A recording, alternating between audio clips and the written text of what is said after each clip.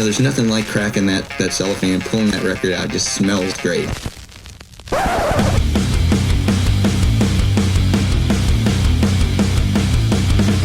Welcome to BODS Mayhem Hour. Non-stop hardcore energy. I love the show, guys. You're awesome. Unlike any other. With your host, John the Bod, a.k.a.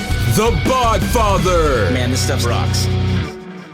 Hey, this is Jared from Voltagehawk, and you're listening to BODS Mayhem Hour. The views and opinions of the guests do not necessarily reflect the views and opinions of BODS Mayhem Radio Network, its staff, affiliates, or sponsors. Parental discretion is advised. Welcome to BODS Mayhem Radio Network. Hey everybody, welcome to BODS Mayhem Hour. I am your host, John the Bod, a.k.a. the Bod Father. As always, I'm bringing you guys and gals awesome interviews. Today, it's an honor and a privilege to have Jared, Dan, Chase, and Tyler from Voltagehawk. East Nashville, Tennessee-based hard rock band Voltagehawk have released their debut self-titled EP via Poison Tree Records. Also, you want to check out Voltagehawk official lyric video for Modern Gasoline that's out right now, created by Jared James. And we're going to be talking about all this good stuff, and especially coming from Nashville. All you think from Nashville is like country, but no, they are a lot of rock and metal bands that have came out of Nashville here in the last couple of years, actually. So, guys, how's it going? Hey, good, great. Hey, glad to be here. Yeah, glad to have you guys on the show. So let's just jump right into this right fast. How's it been working with Tag Publicity so far for you guys? Oh, man, Tag is awesome. This is Jared, by the way. Working with Tag is awesome. We met Tom through a mutual friend of ours, The Relevator Show, and he's an awesome photographer that does a lot of hard rock and loud rock and metal shows here in Nashville, our homie Ryan. And we were looking to kind of just get some juice going on our lyric video for Modern Gasoline. And so we reached out and made good buddies with Tom, and he's been awesome. And Tom and Tracy over at Tag are great. And we really appreciate the opportunity to talk to you and your fans about all that stuff. But yeah, Tag is awesome. Good stuff. You all came from different projects, but how did the band come together? Let's talk about how Voltagehawk got together as it is today. That's going to be Jared again. I always get to answer this question because I kind of am the reason the band started. So we were all in Nashville doing different projects. I was in a little like rock thing. Dan had a band. Chase and Tyler were hired guns in a couple things together.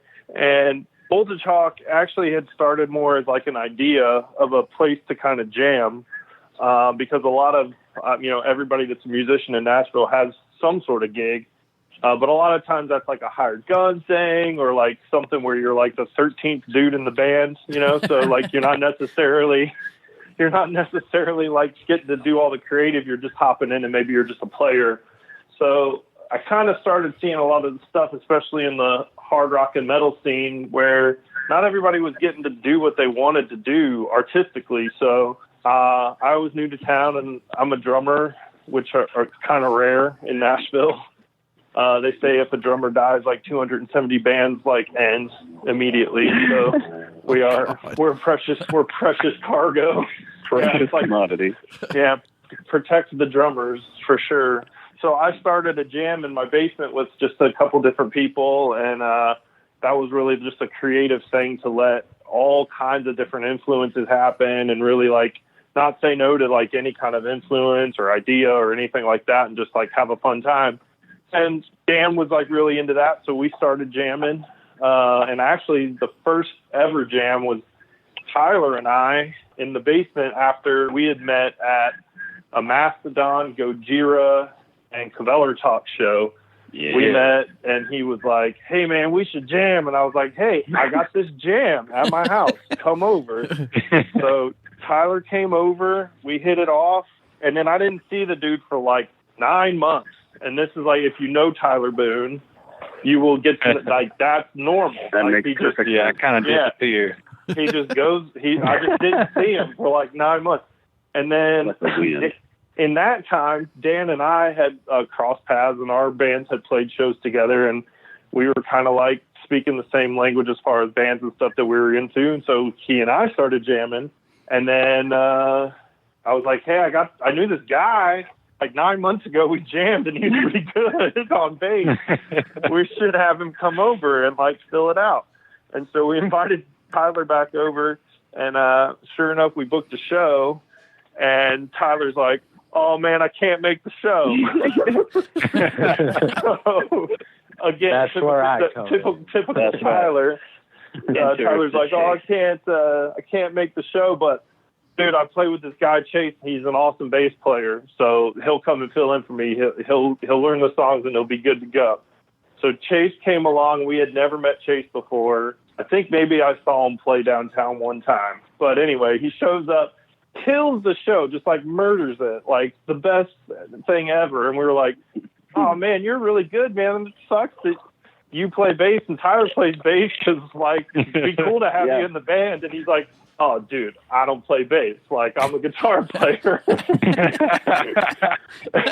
And I was like, "Oh, holy shit. Like, you don't even play bass. You just, like, shredded that whole set." So we invited him over to jam, and the rest is kind of history. Then we kind of we're in the middle of already getting ready to record our first EP, and so Tyler and Chase hopped in and helped us flesh those out in the studio. And now we all write everything together as a unit. So we're really excited to get into our new stuff that's coming out here in the near future, because it's all four of us together writing as one cohesive unit. So that's kind of how the band all started, was Tyler not being around. Helped everything come together. Let me ask you this before we get deep into this interview here.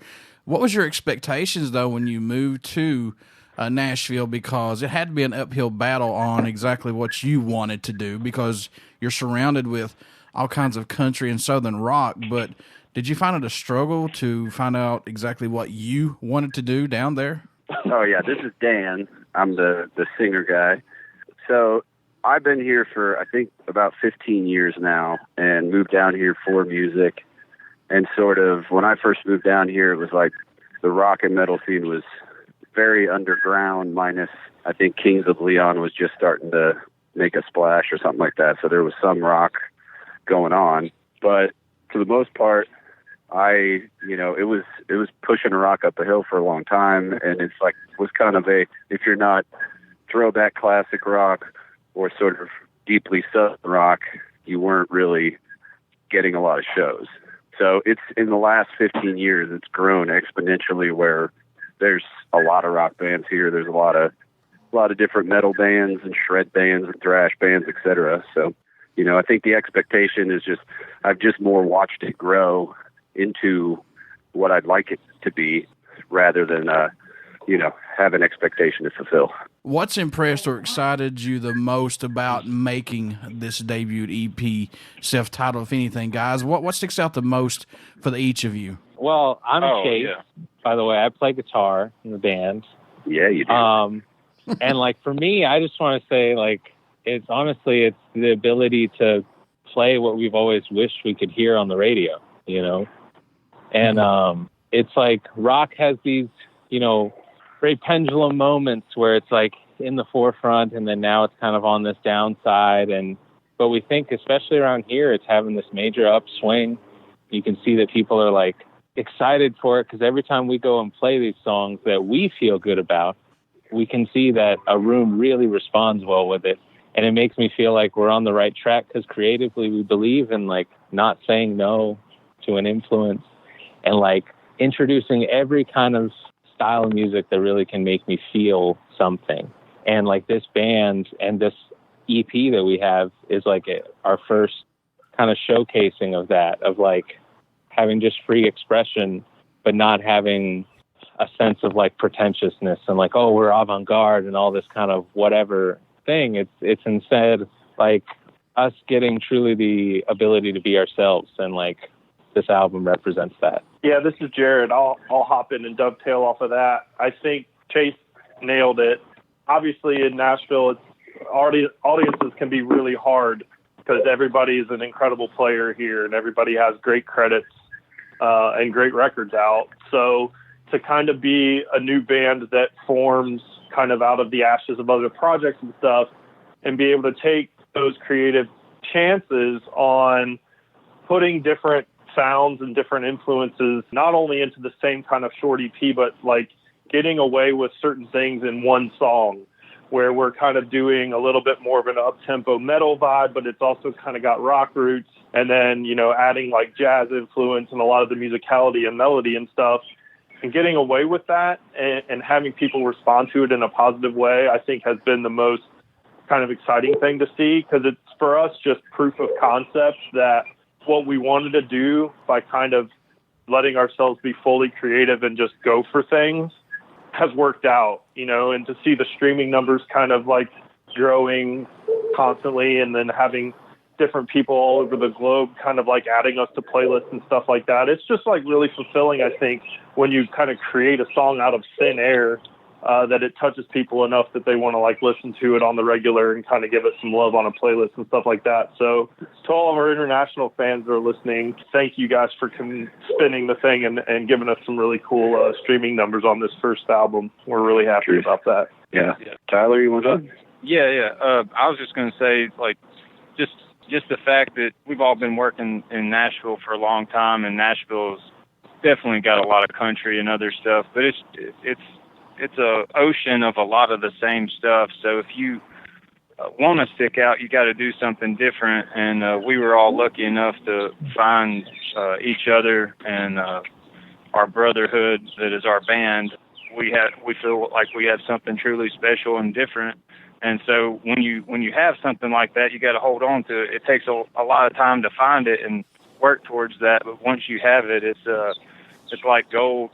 You know, you take it and run with it, and that's what we've been doing. And aside from the members in the band, we were lucky enough to get connected with Jeff Pilar, who is an amazing engineer and producer. Yeah, and he produced both of our albums and just did a killer job. And so, like, one of my biggest, most favorite things of my whole career is working with him, because I was able to do anything I want, and he would tell me if it sounded good or not, and then encourage me in the areas that I needed to be encouraged in, or, you know, bring certain things out. And I was able to just do some really fuzzy synthy bass that I've never gotten to do before, and yeah, it was a dream come true, just the whole experience. Knew he was going to say fuzz. I knew it. He was going to have it. Yeah. Any tracks standing out more to each of you than any right now on the EP? I know these are your babies. I know that you guys change every time you listen to it or you talk about it, but do you have any tracks that stand out for each of you possibly? This is Dan. I think for me, one of the weirdest, most, I would say, special moments that we had was recording the song Wait. It's obviously emotionally a very heavy song, but it happened right around the time we had lost some friends. And during the process of recording that song, during the process of playing that song out live and everything, there's such a heavy catharsis with it for those who, you know, really understand what's going on there. And I think for us, and so that Wait for me is a big one. Yeah, Jared? I agree. Yeah, man. Any of you guys have a song? Yeah, man. I'm Chase here. And for me, it's Almighty Dollar is like my jam. It's like one of the ones that we use sometimes, not to open, but it's one of our earlier songs because it just gets the people going, man. Yeah. And it's just a fun, you know, badass jam. And I don't know, it's like this, like you said, it's like they're all our babies, so it's hard for me to pick one that's like my favorite. But that one to me stands out a lot. It's just a fun jam. Yeah, and I think this is Jared. I think for me, it's been Modern Gasoline, our debut single. I think that was like the song for me that was the most kind of proof of concept of what we wanted to do, creating our sonic fingerprint. It's got a dancey kind of hooky vibe to it. And I just remember one of the big like ethos of the band is not saying no to influence and idea in the creative process, and that really lets us kind of stretch into like some weird stuff. And so this for me was almost kind of like a very cathartic moment, to take one of Dan's terms. I remember just playing in this one band back in the day when I was younger, And there was this one particular beat that anytime I would play it, I would get yelled at or get something thrown at me. And it was that kind of that 4 on the floor dance beat that, you know, would kind of feel like a disco beat. And so when we were writing that song and Dan told me what the song was about, being able to kind of interpret that party vibe of like Studio 54 in New York and throw in that disco beat as like an emotional kind of note to that song, and to just kind of throw a disco beat in the middle of a hard rock song as part of a dynamic change for a drummer was just like really cool. And I was like, I'm going to get away with this on this song, and we're going to release it on a country label in Nashville. It was just like I was getting away with a lot of shit. So I felt really cool. And like, so for me, that sticks out, that I feel like I got away with some stuff that I hadn't been able to do before. So that's why Modern Gasoline sticks out to me. Heck yeah. This is Tyler. I was going to agree with Dan on Wait. It's probably my favorite off the first album, but also love our instrumentals. We have 2 that we do, 1 on each, and on the first one it's Voltage. I always have fun just rocking out to that song. It just puts me in a good headspace. So do you like the instrumentals versus, say, just an all-out vocal song or anything like that? What's your favorite one, man, to do, or does it matter? I mean, I love Modern Gasoline and Wait. Those are my 2 favorite to do, and they definitely have vocals. But I was just saying that even though we have a couple instrumentals, a lot of times instrumentals are kind of iffy if they're going to be captivating or not. And I think we do well with those, but obviously our stuff with vocals I like better. But again, you know, takes time. Hey, look at Metallica. Their instrumentals are badass. I mean, they knock it out of the ballpark. So if they can do it, you guys can do it. Exactly. That's kind of what we try to do. Just give a little bit of variety in there. So was it hard to choose between the current set of songs? Which one would be the first single you guys want to release for the EP, possibly? This is Jared again. I think we always kind of felt like that was the one. We're kind of we drink a lot of our own Kool-Aid in the band. We kind of joke a lot about. We follow the feathers a lot, and just kind of we just felt that one out of the gate was kind of like the strongest one. And I feel like, you know, it's a tricky thing to do to introduce yourself to the world with one song. And it's like, how are we going to kind of show everything that we're trying to get done with, you know, with one single? But I don't think we ever kind of second guessed it. The artwork kind of came together in its own way, really like organically. And when we presented our ideas with the label of which song we were going to lead with, that was already on their short list, and that was their choice too. So there wasn't a whole lot of debate. I was kind of always going to be the guy. Writing these new songs, guys, does it challenge or push you to come up with something new and stay fresh with Voltagehawk's music in general these days? I mean, does it keep pushing you guys outside that box? This is Chase. I just want to say, like, I think that's what we all believe in, is like writing outside the box and not coloring in the lines, and so to speak. Because like I just personally, you know, I mention them a lot, but like my favorite band is a band called Mr. Bungle, and it's a band that like within every song is like a mix of genres, and going from death metal to all of a sudden like ska music and weird, you know, Eastern rhythms and melodies. And my point is that I went to school for jazz guitar and, you know, was trained in classical music, and then worked my way up into different things, but always had a love for rock. And this band is like one of the things that I played for hire for a long time with Tyler. We played for other people, and we've been studio musicians. And, you know, during the course of that time, you get to be creative, but at the same time, you're fit in, I need to mimic this player, or I have to sound like this style of music, or I have to sound like this song particularly. But this band gave me a chance to just like, no, man, just do what you want to do, you know, and like, we'll tell you if you don't like it or not. And so all of a sudden now I'm playing slide, but then I'm finger tapping and I'm using all these crazy effects from my guitar and synths. And it feels like, well, like we've said a few times now, we don't believe in the word no. So we just allow it all in and then kind of pick and choose what feels right. So when it comes to genres and rock or how to feel fresh or new, like, I think it's just we allow it all to come in, and then kind of like we are a vessel that all speaks through. But I don't necessarily think about like, oh, what's the new top rock tracks? We got to sound like that. Or what's this new instrument everybody's using or whatever. It's more just, how does it make me feel? You guys like it? Oh, cool. All right. And then next song, you know? Now, we mentioned this earlier. The album was produced at Electric Thunder Studios with Jeff Pilar, mastering by Brian Lucci at Magic Garden Mastering. So he's worked with Black Keys, Ghost, Arctic Monkeys, Dr. John, Marilyn Manson. How was working with Jeff Pilar on this? Did he get something out of you guys that maybe another producer might not have gotten, possibly?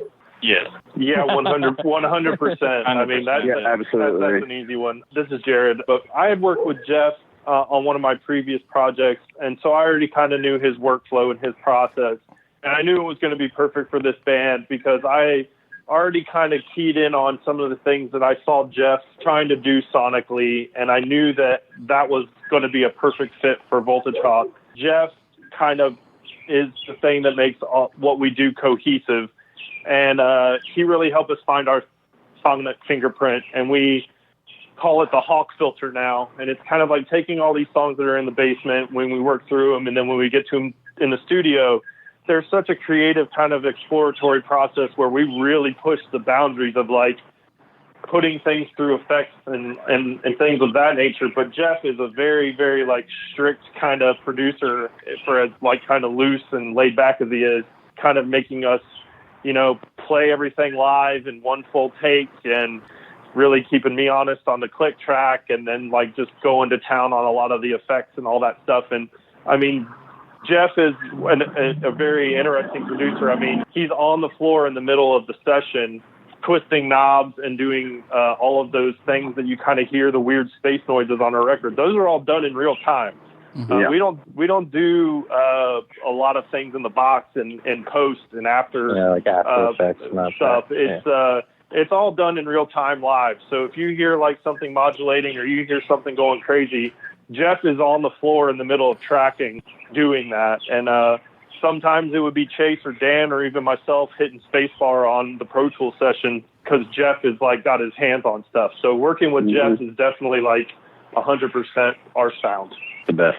Folks, you want to get out and pick up Voltagehawk's debut EP, self-titled. You want to pick this up. Trust me, you will not be disappointed.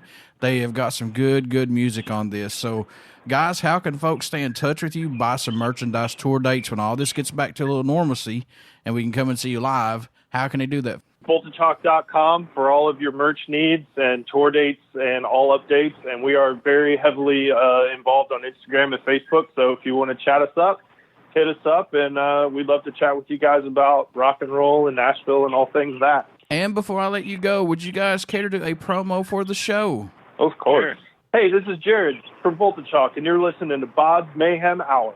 Hey, everybody, stick around. We got some great stuff coming up, and you only hear these interviews right here on BODS Mayhem Hour and BODS Mayhem Hour podcast. Please get out and check out our Facebook page. It has our podcast link, plus it has our YouTube link, and plus all the links that we are on. Trust me, we are all over on all kinds of platforms, so you will not miss out on this. Also, get out and check out Voltagehawk. Pick up their self-titled debut EP. You will not be disappointed. So, guys, I wish you nothing but the best of luck, and I definitely want you back on here later on when you have a new album, another EP out for sure. Thank you, Thanks for having us, John.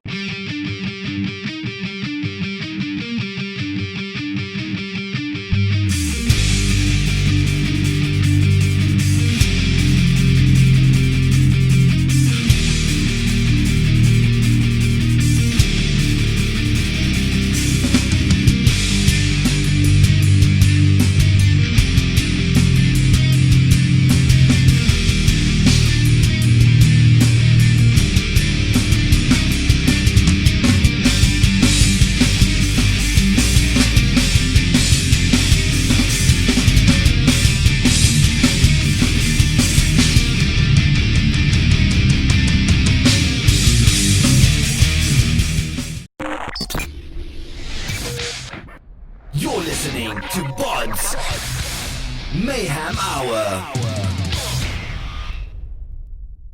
Follow us on Facebook, Twitter, and Instagram.